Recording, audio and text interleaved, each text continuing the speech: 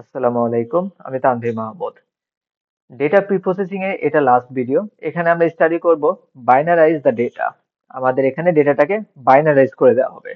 তো ডেটা বাইনারাইজ করা বলতে মিন করা হচ্ছে যে আমাদের ডেটা সেটের যে ভ্যালুগুলো আছে, যে নিউমেরিক্যাল ভ্যালুগুলো আছে, সেগুলোকে বাইনারাইজ করে দেয়া। অর্থাৎ ভ্যালুগুলো আইদার 0 অথবা 1 এ কনভার্ট হবে। তো এখানে আমাদের যতগুলো ফিচার আছে সবগুলোকে কি আমাদের বাইনারাইজ করে দিতে হবে। শুধুমাত্র আমাদের যে আউটপুট যে ফিচার আছে অর্থাৎ ক্লাস, এটাকে আমাদের বাইনারাইজ করা লাগবে না, কারণ এটা অলরেডি বাইনারাইজড হয়ে আছে। আমরা দেখতে পাচ্ছি এখানে আইদার 0 অথবা 1। তো এগুলোকে বাইনারাইজ আমরা কিভাবে করতে পারি? তো প্রত্যেকটা ফিচারের জন্য আমরা হচ্ছে এখানে একটা থ্রেশহোল্ড ক্যালকুলেট করে রাখবো, একটা থ্রেশহোল্ডটাকে ধরে রাখবো। যদি কোনো ডেটা ভ্যালু সেই থ্রেশহোল্ডের চাইতে বড় হয় তাহলে সেটা 1 এ কনভার্ট হবে, আর যদি সমান অথবা ছোট হয় তাহলে সেটা 0 হিসেবে কনসিডার হবে। তো পুরো প্রসেসটা আমরা এখানে বলতে পারি এইভাবে যে convert the numeric data into 0 আর 1 বেসড অন থ্রেশহোল্ড। তো থ্রেশহোল্ডের শর্তটা এখানে দেওয়া আছে যে যদি থ্রেশহোল্ডের চাইতে বড় হলে সেটা 1, সমান অথবা ছোট হলে সেটা 0। এবং এটা rule base system, binary features, extraction এবং আমাদের সিগন্যাল প্রসেসিং এর টাস্কেও এটা ব্যবহার করা হয়। তবে হ্যাঁ, এখানে এটা যদি আমরা অ্যাপ্লাই করি তাহলে সেটা ম্যাগনিটিউড ইনফরমেশনটাকে হারায় ফেলবে। তো প্রসেসটা সহজ, এখান থেকে সরাসরি আমরা বাইনারাইজ বাইনারাইজ করার প্রসেসটা শুরু করি। তো এখানে আমাদের যেটা লাগবে সেটা হচ্ছে বাইনারাইজারটাকে আগে ইম্পোর্ট করে নিতে হবে। তো প্রথমে আমরা যাব হচ্ছে sklearn, from sklearn dot pre processing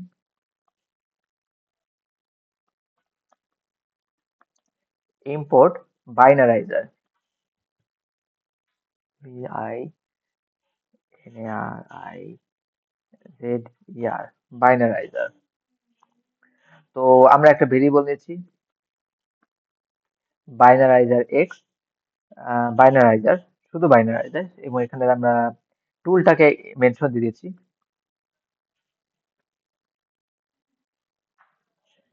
তো এখানে আমরা থ্রেশহোল্ডটাকে ডিফাইন করে দেবো। থ্রেশহোল্ড হিসেবে আমরা এখানে রাখছি 0.0, চাইলে আমরা নিজেদের ইচ্ছা মতো এটাকে ভ্যারি করতে পারি। এবং এখানে আমরা ফিট করতে দিলাম আমাদের input feature, that is x. এরপরে বাইনারি এক্স, যেখানে আমাদের ট্রান্সফর্ম ডেটাটাকে থাকবে।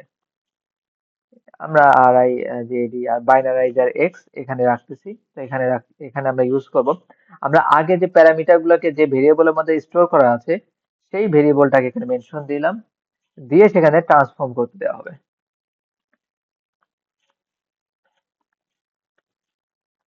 এবং আমাদের ট্রান্সফর্মের কাজটা শেষ। ফাইনালি এখন আমরা প্রিন্ট করে দেখব। তো তো আমরা যদি প্রিন্ট করতে দিই তাহলে আমরা দেখতে পাচ্ছি এখানে এখানে যদিও সবগুলো ওয়ান আসছে। আচ্ছা, আমরা পুরো ডেটা সেটটাকে দেখতে না চেয়ে শুধুমাত্র প্রথম 5টা রোকে দেখতে চাচ্ছি, যার জন্য 0 থেকে হচ্ছে 5 পর্যন্ত আমরা মেনশন দিয়ে রাখলাম। এবার এটাকে রান করতে দিলাম। তো আমরা দেখতে পাচ্ছি এটা প্রথম রো এবং হচ্ছে প্রথম, দ্বিতীয়, তৃতীয়, চতুর্থ এবং পঞ্চম রো পর্যন্ত আছে। কিছু কিছু ভ্যালু 0 এবং বাদ বাকি সবাই 1। চাইলে আমরা প্রয়োজন মাফিক থ্রেশহোল্ডটাকে চেঞ্জ করে ডেটাটাকে বাইনারাইজড করে ফেলতে পারি।